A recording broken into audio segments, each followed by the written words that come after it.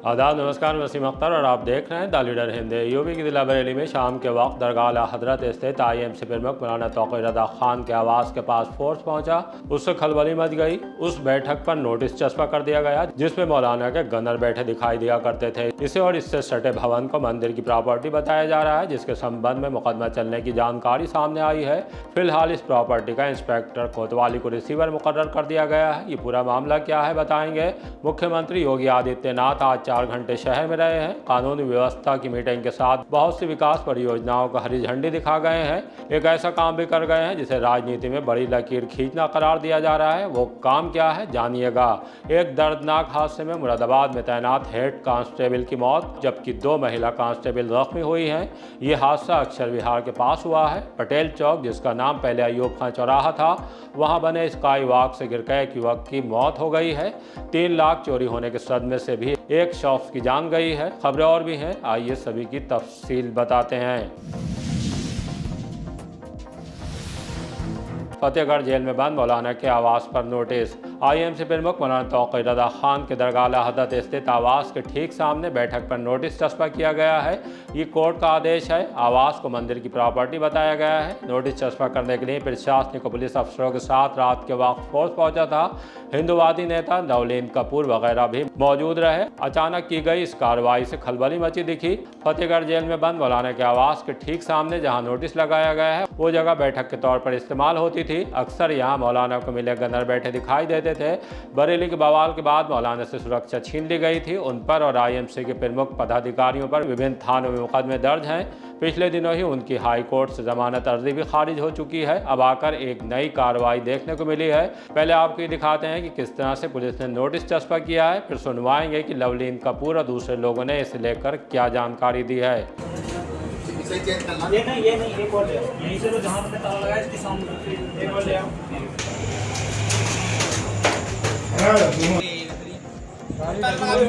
मेरे पास है, ले आइएगा फिर खुल जाएगा।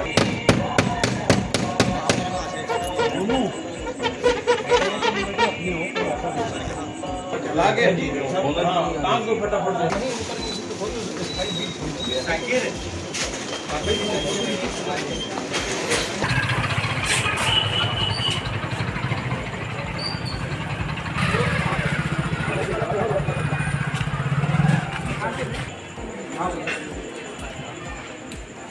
एक बार चेक कर लिए वो अनयूज टाइप का हो गया है।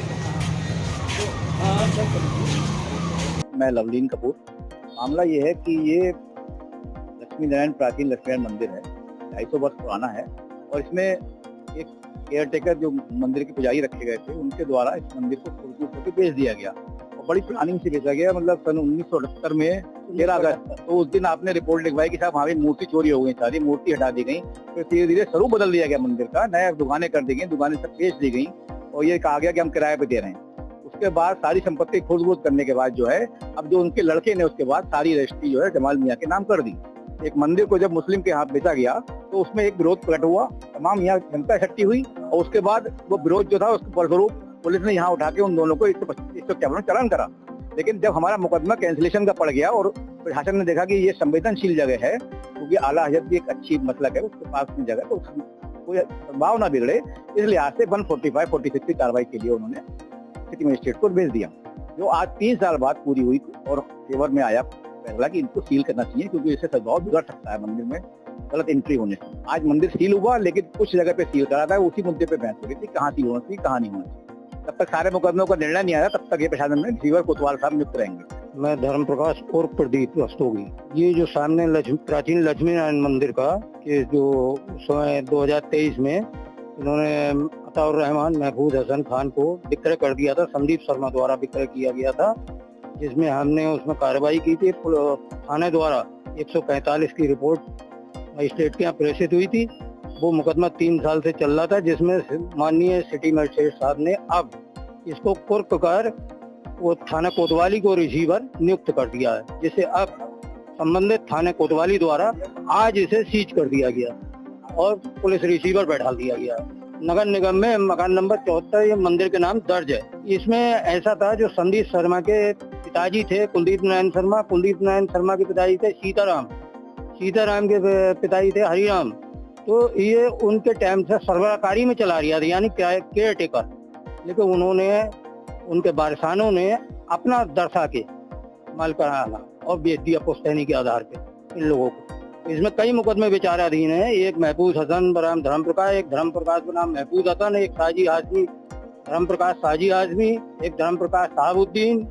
कई बैनामे करे हैं जिसमें सब में सूट फाइल हैं और कोर्ट में विचाराधीन है।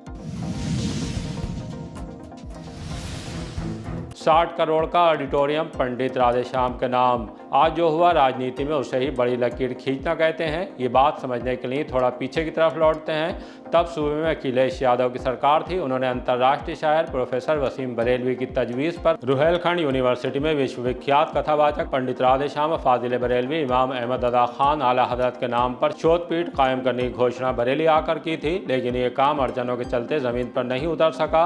लेकिन सीएम योगी आदित्यनाथ पंडित राधेश्याम के नाम पर बहुत बड़ा काम कर गए। स्मार्ट सिटी प्रोजेक्ट के तहत 60 करोड़ की लागत से जीआईएस में बने आधुनिक ऑडिटोरियम को कथावाचक को समर्पित कर दिया।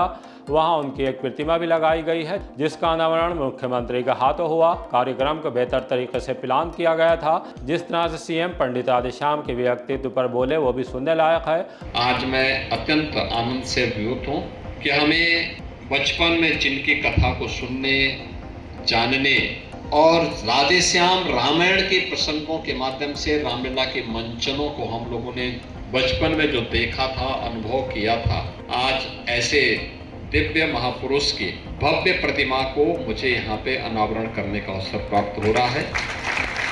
मैं इस अवसर पर पंडित राधेश्याम कथावाचक जी की श्री चरणों में उनकी स्मृतियों को नमन करते हुए परिवार के सभी सदस्यों का मैं हृदय से स्वागत करता हूं, अभिनंदन करता हूं।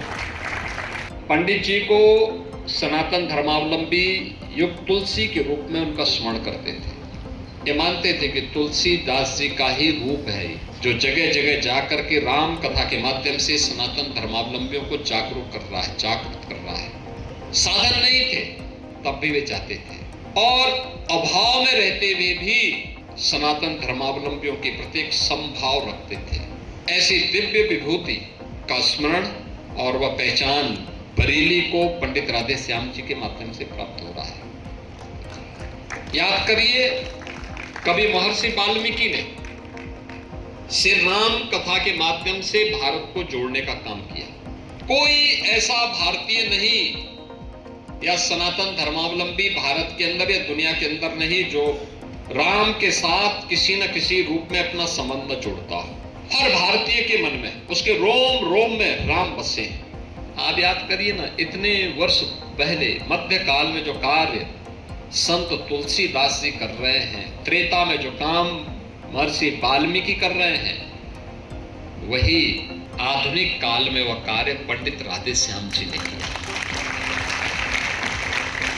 वही कार्य उन्होंने उनकी फैमिली को भी पूरा वक्त दिया। खास बात यह रही कि परिवार के ज़्यादातर सदस्य इकट्ठा हुए, सीएम के साथ ऑडिटोरियम में फ़ोटो खिंचवाया।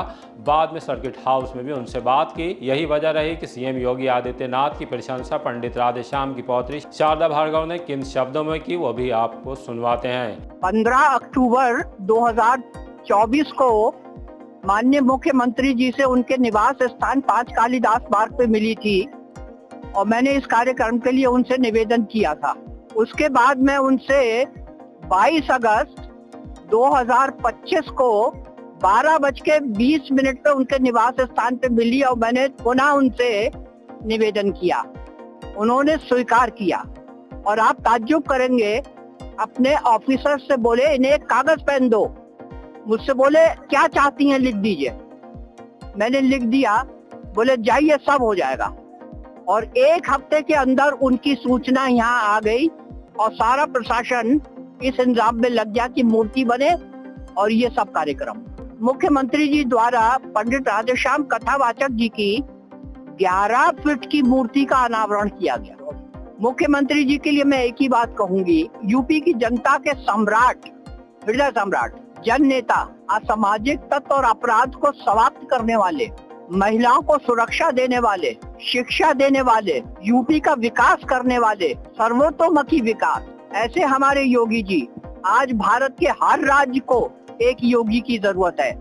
यदि ऐसा हो जाए तो यूपी में ही नहीं पूरे भारत में मंगल राज हो जाए। ये मैं योगी जी के लिए कह के उनको शुभकामनाएं देना चाहता हूँ। दरअसल भाजपा और विपक्षी दलों में यही फर्क है कि किसी भी काम को करने से पहले वो गजब का होमवर्क करते हैं। विपक्ष के पास इस चीज का भाव दिखता है। यही वजह है कि सीएम योगी बरेली में सपा सुप्रीमो अखिलेश यादव से बड़ी लकीर खींच गए। उद्घाटन से पहले स्काई वॉक से गिरकर मौत। स्मार्ट सिटी प्रोजेक्ट के तहत पटेल चौक पर 12 करोड़ की लागत से बना स्काई वॉक अभी शुरू नहीं किया जा सका है, लेकिन ये एक मौत से चर्चाओं में आ गया है। गुजरी रात की बात है, एक 35 साल का युवक स्काई वॉक पर चढ़ा और बताते हैं कि वहीं सो गया। सोते वक्त ही वो नीचे आ गिरा। ज्यादा ऊंचाई से गिरने के सबब गंभीर रूप से घायल हो गया। सामने ही पटेल चौक चौकी से पुलिस पहुंच गई। एम्बुलेंस मंगाकर उसे इलाज के लिए जिला अस्पताल भेजा गया, जहां तड़के उसने दम तोड़ दिया। अभी उसकी शिनाख्त नहीं हो सकी है। पुलिस के मुताबिक मृतक युवक पहनावे से कूड़ा बीनने का काम करने वाला नशे का आदी प्रतीत हो रहा है। खैर, पुलिस ने उसके शव को पोस्टमार्टम के लिए भेज दिया है। अक्षर विहार पर हादसे में हेड कांस्टेबल की मौत। कोतवाली के इलाके सिविल लाइंस में अक्षर विहार पार्क के पास खतरनाक हादसे में हेड कांस्टेबल जीत सिंह पदम की मौत हो गई। महिला कांस्टेबल कुमकुम और तनिष्का घायल हुई हैं। तीनों मुरादाबाद में तैनात हैं। वो बरेली में एक बैंक कार्य के सिलसिले में आए हुए थे। वापस मुरादाबाद जाने के लिए निकले तो उनकी कार सामने से आ रही दूसरी कार से टकरा गई। हादसे की सूचना मिलने के बाद पुलिस अक्षर विहार पार्क पहुंच गई, लेकिन तब तक हेड कांस्टेबल की सांसें थम चुकी थी। दोनों घायल महिला कांस्टेबल को इलाज के लिए अस्पताल पहुंचाया गया। कटरा में तैनात सिपाही ने अस्पताल में तोड़ा दम। रेंज के जिले शाहजहांपुर में थाना कटरा के सिपाही विकास सागवान सड़क हादसे का शिकार हो गए। तब जबकि वो ढाबे पर खाना खाने के बाद अपने रूम की तरफ जा रहे थे, उनकी बाइक में कंटेनर ने टक्कर मार दी थी। हालत सीरियस होने पर इलाज के लिए उन्हें बरेली जिला अस्पताल लाया गया। यहां उनकी मौत हो गई। पत्नी विनीता को जब मौत की खबर मिली तो बदहवास हो गई। उनकी 2.5 साल की एक बेटी है। 4 साल पहले ही दोनों की शादी हुई थी। शव को पोस्टमार्टम के बाद परिजनों को सौंप दिया गया। वो मूल रूप से हरियाणा के भिवानी जनपद में थाना तोशाम के गाँव सड़वा के रहने वाले थे। 13 किलो से ज्यादा डोडा के साथ 2 गिरफ्तार। थाना सुभाष नगर पुलिस ने बीडीए गेट से मिलक रौंदी जाने वाले रास्ते पर अरमान उर्फ साहिल और साबिर हुसैन को संदेह के आधार पर गिरफ्तार किया है। पुलिस का कहना है कि तलाशी लेने पर उनसे 13 किलो 240 ग्राम डोडा छिलका और एक चोरी की अपाचे बाइक बरामद हुई है। वो करेली के रहने वाले हैं। पूछताछ में साफ हुआ कि बाइक दिल्ली से चोरी की गई थी, जिसका वहां मुकदमा भी दर्ज है। वो डोडा उत्तराखंड में सप्लाई करते हैं। दोनों गिरफ्तार करने के बाद NDPS एक्ट में मुकदमा दर्ज कर लिया गया है। इंस्पेक्टर सुभाष नगर सतीश कुमार नैन ने बताया कि दोनों को कोर्ट में पेश किए जाने की तैयारी है। चोरी के गम में मजदूर की चली गई जान। थाना कैंट के चौबारी गोटिया में एक चौंकाने वाला मामला सामने आया है। 40 साल के नन्हेलाल की मौत हो गई। जिला अस्पताल की मोर्चरी पर नन्हेलाल की पत्नी सुनैना ने बताया कि पति ने खेत का बैनामा कराया था। उसके 3 लाख रुपए घर में रखे थे। 20 जून को चोरी कर लिए गए। वो शिकायत लेकर पुलिस तक गए। नाम भी बताया कि रुपए किसने चोरी किए हैं, लेकिन उनकी कहीं सुनवाई नहीं हुई। इसी सदमे में उन्होंने खाना पीना छोड़ दिया। चोरी की शक में जिनका नाम लिया था वो भी धमका रहे थे। इसी के चलते उनकी मौत हुई है। सुनैना। कहाँ रहती हो? चौबारी गौटिया। क्या हुआ था पति के लिए? पति के बैनामा खेत के करवा के आए थे। 3 लाख रुपया कैश थे, घर पे लेके आए और उसी दिन चोरी हो गए। चोरी के कारण राहुल ने घर पे आए और उन्होंने अर्जुन पैसा सारे निकाल लिए। उन्हीं के टेंशन के कारण उन्होंने थाने में कोई रिपोर्ट नहीं लिखी गई। उन्हीं टेंशन के वजह से भूखा प्यासा उन्होंने प्राण त्याग दिए। अच्छा। कल। कितने लोग हैं परिवार में? हम 4 लोग हैं। 2 लड़की है, 2 छोटे छोटे लड़के। पति क्या करते थे तुम्हारे? मजदूरी करते थे। थाने में रिपोर्ट नहीं लिखी हुई? नहीं सर, गए थाने, एक आध बार चौकी से पुलिस भी आ गई, घर पे देख के और चले गए। फिर थाने में मेरी कोई सुनवाई ही न हुई।